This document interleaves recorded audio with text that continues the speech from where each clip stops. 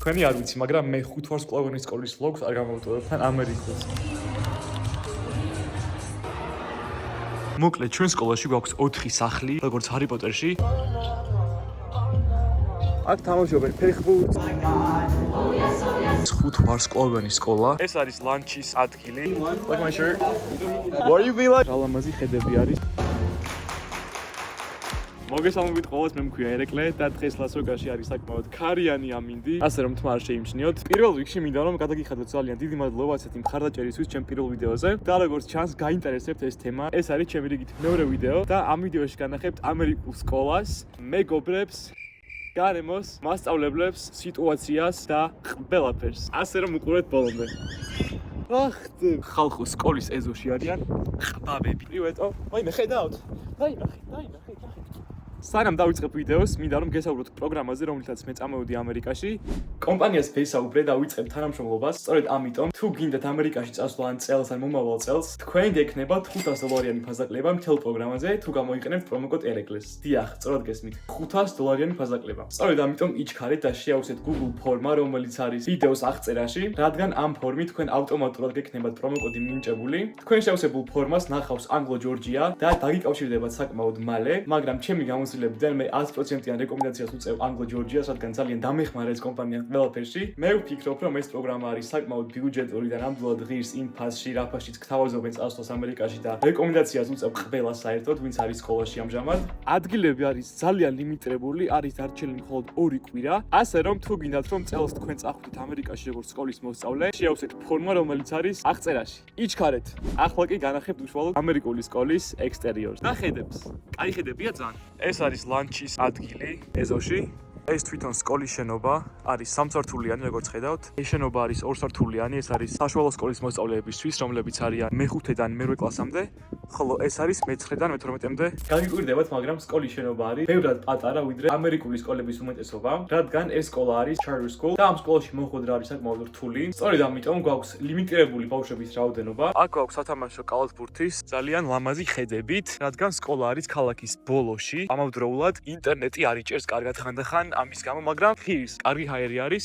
ლას-ვეგასის ცენტრთან შედარებით არის დაახლოებით 2-3 გრადუსით ნაკლები და გრილა უფრო ამ მხარეს. ეგეც ასწორებს, იმიტომ რომ როგორც უკვე გითხარით წინა ვიდეოში, ლას-ვეგასი არის უდაბნო და ძალიან ცხება ხოლმე. ეს არის ეზოს ბოლო და მეორე მხარეს არის უკვე უშუალოდ elementary school-ი, სადაც არიან 1-დან მე-4 კლასამდე მოსწავლეები. რა სილამაზეა. წავალ, მოდი ამ მხრიდან. აქ გრძელდება ჩვენი ლანჩის ტერიტორია. სკოლის ლანჩს რაც შეეხება, გვაქვს hot lunch-ი ესეთი რაღაც. იხდი $4.50 თითო ჭამაზე. თუმცა ეს ლანჩი არის არჩეული სკოლის მიერ. ხან იქნება პასტა, ხან პიცა, ხან მაკარონი, მოკლედ ძალიან ბევრი არჩევანია, მაგრამ ჩემ ლანჩს რო ამზადებ ხოლმე მე პირადად. მოვიდით სკოლის მოედანთანაც.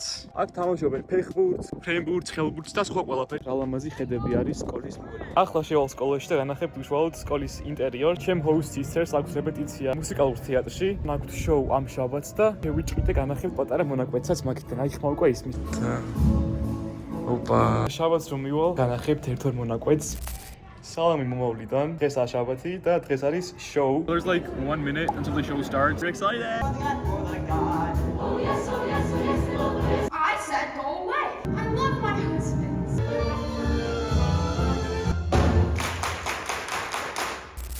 ხონუ ესაა პირველი სართული, ტიპიური ამერიკული სკოლა, ჩვეულებრივი, განსაკუთრებული არაფერი, მაგრამ მაინც ძალიან ლამაზი არის. მუსიკალური თეატრის შოუს ქვია Chicago და ეს ადგილი გაფორმებული იყო Stranger Things-ის დეკორაციებით. ნოემბერში, როცა გამოვიდა ბოლო სეზონი და მაგასაც ჩავსავალ.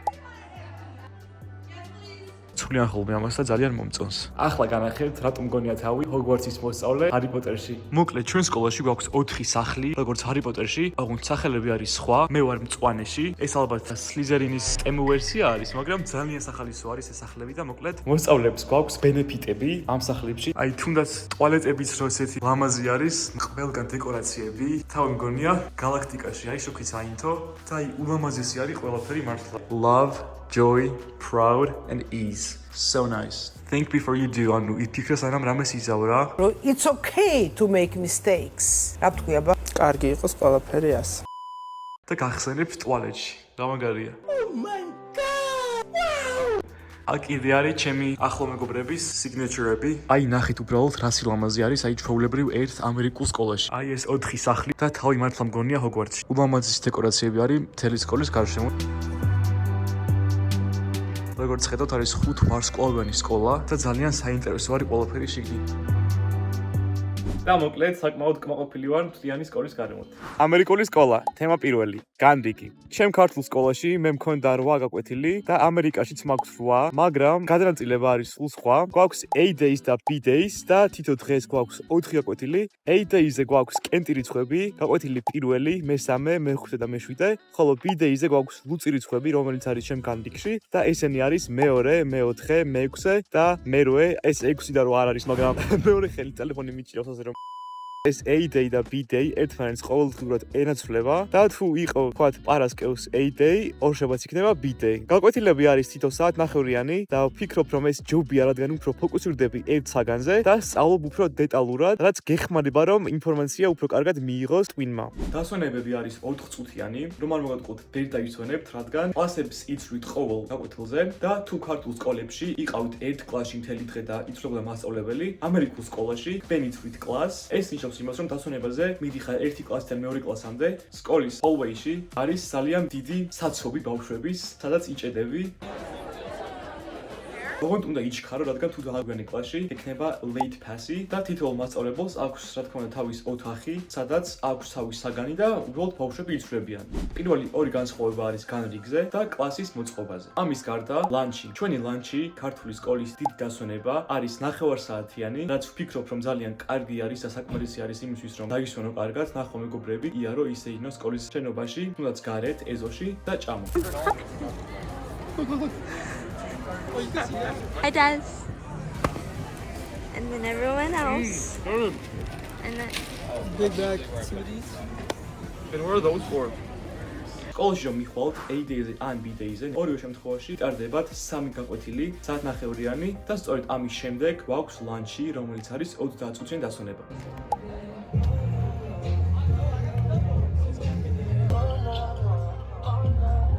რაც მე მომწონს. სკოლა იწყება დილის 8 საათზე და მთავრდება შუადღის 3:22 წუთზე, ანუ 2:22. ფიქრობ, რომ საკმაოდ კარგი განრიგი არის, მაგრამ ჩნდება კითხვა.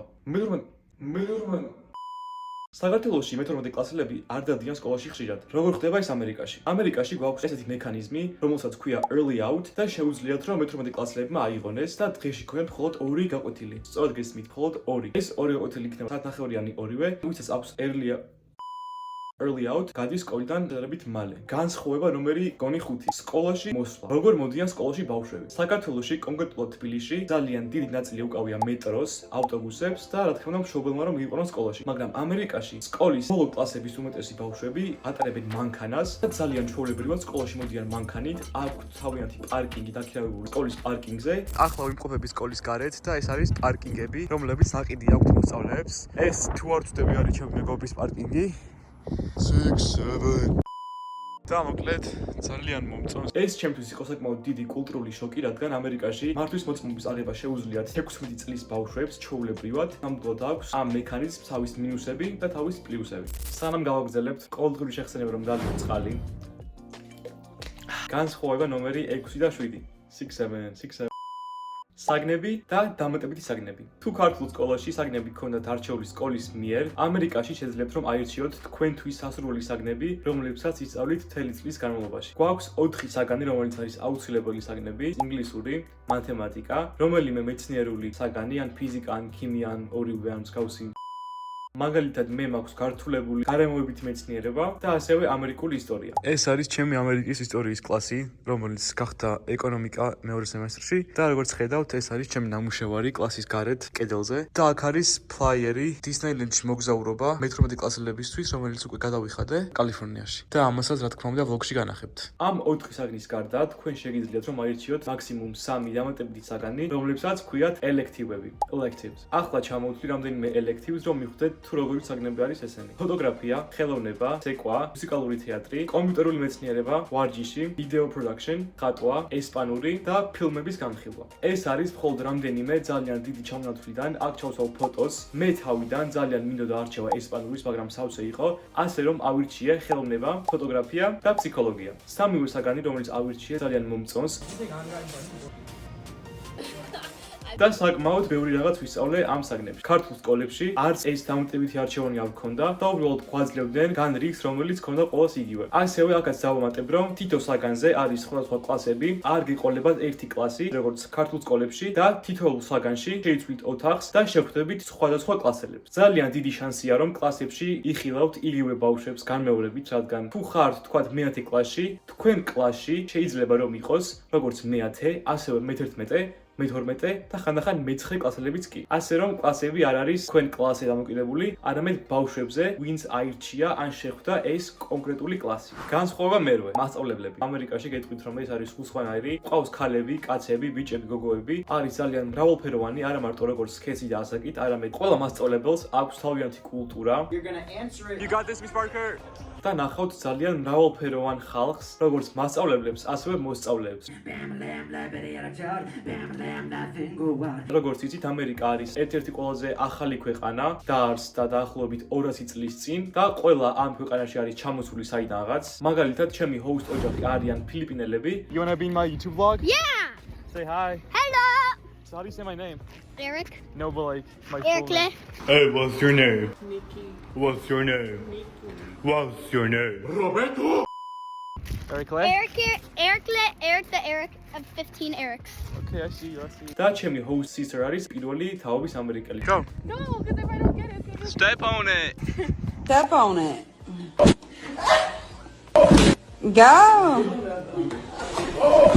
step on it. დაიბადა ამერიკაში, მაგრამ მისი დედა არის ფილიპინელი, რომელიც ჩამოვიდა ამერიკაში. სწორედ ამიტომ ვფიქრობ, რომ დაგეხმარებათ ეს, რომ შევხვდეთ ძალიან ბევრ სხვადასხვა ხალხს და დარწმუნებული ვარ, რომ მიპოვით ერთ ადამიანს მაინც, რომელთანაც დაამყარებთ კარგ ურთიერთობას და გექნებათ რაიმე თუ არა ძალიან ბევრი საერთო მაინც. Just by the exit. თემა 9.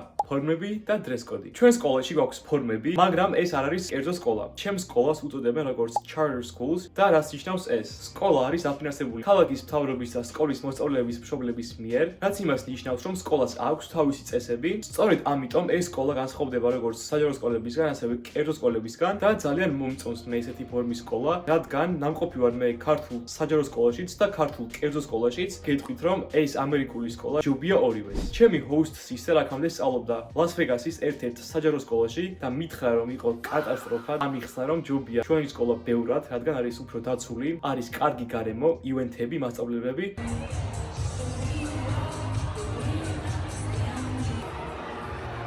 და სწორედ ამიტომაც შეიძლება გვაქვს dress code. სკოლის dress code-ის ფორმების უმეტესობა არის ასეთი პოლოსმაისურები, სკოლის ლოგოთი, რომლებიც მე საკმაოდ მომწონს, რადგან ისედაც მაცვია პოლოები სკოლის გარეთ თითქმის სულ. და ესე ვთქვათ, სკოლის საბაზისო ფორმების გარდა შეგიძლიათ იყიდოთ სკოლის spirit shirts, რომლებიც არის სკოლის საიტზე და ნახავთ ძალიან ბევრ სხვადასხვა დიზაინს და შეძლებთ რომ აირჩიოთ თქვენ დიზაინიც, რომელიც განახეთ მე წინა ვიდეოში, განახეთ 888 რომელიც რა ჩემ hoods. კარგი ზომა არის. dress code-ის მიუხედავად, ჩვენ სკოლაში გვაქვს ძალიან ხშირად spirit days, რაც იმას ნიშნავს, რომ არის მოცემული რაიმე თემა კონკრეტული და უნდა ჩავიცვათ ამ თემის შესაბამისად. მოკლედ დღეს გვაქვს Spirit Day და არის Beach Day. და მაცვია ისა როგორც ჩავიცვამდი ზღვაზე, სანაპიროზე და ძალიან ბევრი არის dress code-ში განახეთ. Let me see the front. What do you want me to do? Just like smile. ასევე იყო ფილმის შავ-თეთრი დღე, ანუ ძველებური ფილმების დღე, სადაც გვეცვა მხოლოდ შავ-თეთრი ტანსაცმელი. დაიცა გავიწო. მოკლედ ახლა ვარ მაღაზიაში და ვიპოვე ეს ქუდი და უნდა ვიყიდო, რადგან ხვალ სკოლაში არის ერთ-ერთი Spirit Day, ხაკის ფერი და ქუდები თუ რაღაც რა და ორივე შემთხვევა ეს უნდა ვიყიდო და ხვალ სკოლაში ესე მივა. Bro, what the fuck? I gotta fix it. You swim? Are you D1? Like my shirt? What are you being like? და ჩემი საყვარელი Spirit Day, რომელიც გქონდა ჯერჯერობით, იყო პიჟამოს დღე, სადაც სკოლაში თითოეულ მოსწავლეს ეცვა პიჟამოები მთლიანად და ძალიან სახალისო იყო ეს დღე, რადგან მყავი ძალიან კომფორტულად ჯერ ერთი მთელი დღე და მე მეორე ქართულ სკოლებში ალბათ ამას ვერ ნახავთ ვერასდროს. ბონუს თემა, რომელიც გამომრჩა, რა თქმა უნდა, არის ნიშნები. როგორც ყველამ ვიცით, საქართველოში ხდება ნიშნების წერა 1-დან 10 ბალიანი სისტემით. ამერიკაში არის პროცენტები უფრო. ნიშნების წერა გადაწერა ხდება 50-დან 100%-მდე, ასე რომ ორიანს ფილკრად ვერ მიიღებ და ყველაზე დაბალი ნიშანი რაც შეიძლება რომ მიიღოთ არის 50%, რომელიც იქნებოდა 5-იანი ქართულ ნიშნებში და ალბათ უკვე ბევრი მაიცით, მაგრამ რა თქმა უნდა ყველაზე მაღალი ნიშანი არის A. A იქნება 90-დან 100%-მდე და თუ გაქვთ 90%-ზე მეტი, ეს უკვე არის A+, რაც ძალიან კარგი არის. მე მაქვს A+ ყველა საგანში, ჩემ 8 საგანში მაქვს A+. A შემდეგ მოდის B, გექნებათ B თუ გაქვთ 80-დან 90%-მდე. შემდეგი არის C, C იქნება 70-დან 80%-მდე. ზაღლები ყოფენ და C შემდეგ არის D, D უკვე არის ესე ვთქვათ ცუდი ნიშანი, ხოლო ამის ქვემოთ უკვე არის F, რაც არის ძალიან ცუდი და თუ გაქვთ რომელიმე საგანში F არის იგივე როგორც ორიანი, ასე რომ რა თქმა უნდა, ყველაზე კარგი ნიშნები არის A და B. ძალიან რთული არ არის თუ ეცდებით აუცილებლად მოიპოვებთ A-ს და B-ებს და მიუხედავად იმისა, რომ მაქვს 2 AP კლასებს, ეს არის ქართულებული კლასები, AP მათემატიკა და მაქვს AP გარემოებითი მეცნიერება, ყველაზე დაბალი ნიშანი მყავს. Okay, so we're in pre-calc right now, and Des is gonna be guessing my lowest grade. What do you think my lowest grade is? Like, which class do you think I have the lowest grade in? Mr. Luke. Which class is that? Art class. Art. I'm taking 2 AP classes, and I have the lowest grade in art. It's crazy. ყველაზე დაბალი ნიშანი მყავს ხელოვნებაში. What? და წესით იფიქრებდით, რომ ესენი უფრო რთული იქნებოდა, მაგრამ ვფიქრობ, რომ დამოკიდებული ნიშანი ასევე რა თქმა უნდა არის მასწავლებელზეც. რაც შეეხება სირთულეს, ერთმანეთს გავს, მაგრამ ამერიკაში უფრო მარტივი არის იმ მხრივ, რომ საგანი მოგწონს და კლასში ყოფნა სიამოვნებს. მოკლედ ეს იყო ამერიკული სკოლის განხილვა. What are you doing? What's up? What's going on? Are you good? I'm good. You just came from the volleyball. Holy shit, for the volleyball game? No, that's not me. I'm just chilling. Oh, okay. Alright, I'll see you, bro. See ya. თუ მოგეწონათ ვიდეო, აუცილებლად დალაიქეთ და გამოიწერეთ არხი. ასევე ჩართეთ ზარი, რომ არ გამოტოვოთ ახალი ვიდეოები და რომ იყოთ პირველები. აია პირველობა. შემდეგი ვიდეო იქნება კითხვებზე პასუხი, ასე რომ ამ ვიდეოს ქვეშ დაწერეთ ნებისმიერი კითხვა, რაც გაქვთ ამერიკაზე, ლას-ვეგასზე, ჩემ პროგრამაზე, ცხოვრებაზე, ან უბრალოდ პირად ინტერესებზე. შევეცდები, რომ გავცე ყველა კითხვას პასუხი შემდეგ ვიდეოში, ასე რომ იჩქარეთ და დაწერეთ კომენტარებში თქვენი კითხვები. რა ხდება? დიდი მადლობა ყურებისთვის და გნახავთ შემდეგ ვიდეოში. ახლა ვარ ქალაქ რინოში, Skills USA შეჯიბრზე და რა ხედი ანახეთ. აქაც რა თქმა უნდა ვწერ ვლოგს და განახებ მთელ სიტუაციას. ნახვამდის.